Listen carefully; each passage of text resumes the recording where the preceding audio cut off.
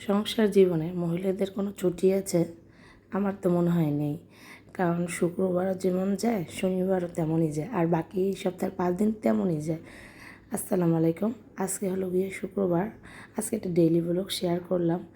তো সকালে দেখা যায় যে শুক্রবার দিন সকালে ছেলেদের আবৃত্তি ক্লাস থাকে। তো এর জন্য আর কি আমি খুব সকালে রান্না করে বের হয়ে যাই। তো করলা ভাজি করে নিলাম, আর ডাল রান্না হয়ে গিয়েছে।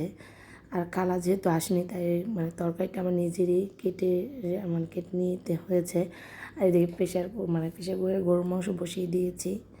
কারণ আমার মানে খুবই দ্রুত সময় খুব অল্প থাকে সকাল টাইমে, এর জন্য রান্না করে যেতে হয়।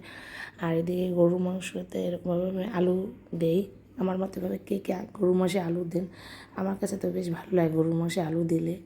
তো এরপর আমরা সোজা চলে আসছি শিশু একাডেমিতে। ওদের আবৃত্তি ক্লাস থাকে সকাল 10টায় শুক্রবার দিন। আর এদিকে দুই ভাই একটু দুষ্টুমি করতেছে, আবার ক্লাস এনজয় করতেছিল। তারপরে না, এত ব্যস্ততার মধ্যেও না ভালো লাগে আসলে।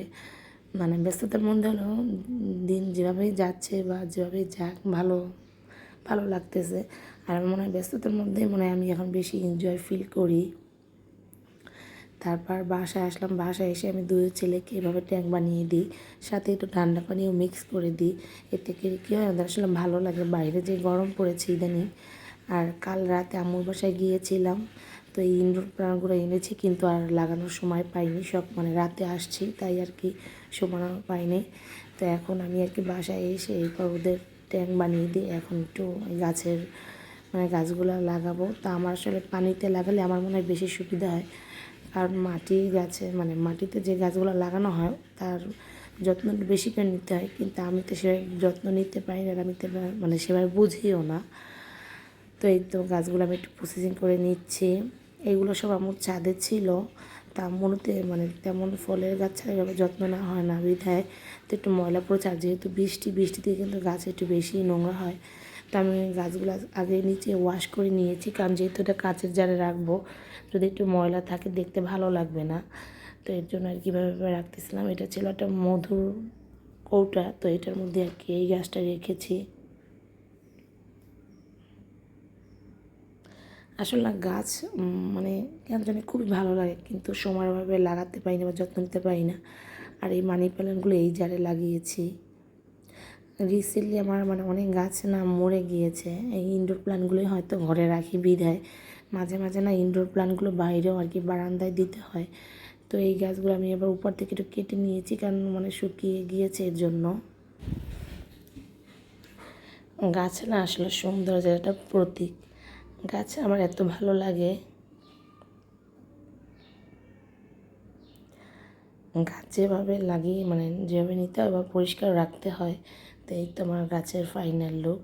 গাছগুলো লাগাতে লাগাতে আমার না পুরো একদম জায়গাটা নোংরা হয়ে গিয়েছিলো। তারপর সব ক্লিন করে এরপর আর কি ভিডিও করে নিয়েছি। তো এটা আর কি পানিতেই লাগিয়েছি, কারণ আমার এটা মাটি ছিল না। তো এরপর সারাদিনে কাজ করার পর সন্ধ্যার পর একটু বের হয়েছি। সন্ধ্যার পর আমাদের আসলে হুন্ডায় বের না হলে ভালোই লাগে না। আর শুক্রবার তো তেমন সারাদিন আর প্যারা থাকে না। যেই প্যারাটা যে ঝামেলা থাকে সকাল টাইমটুকুই থাকে। তো এদিকে সে পাঞ্জাবি পরবে। আমার ছেলে হাফ প্যান্টের সাথে পাঞ্জাবি পরেছে, বড় ইন্টারেস্টিং, তাই না?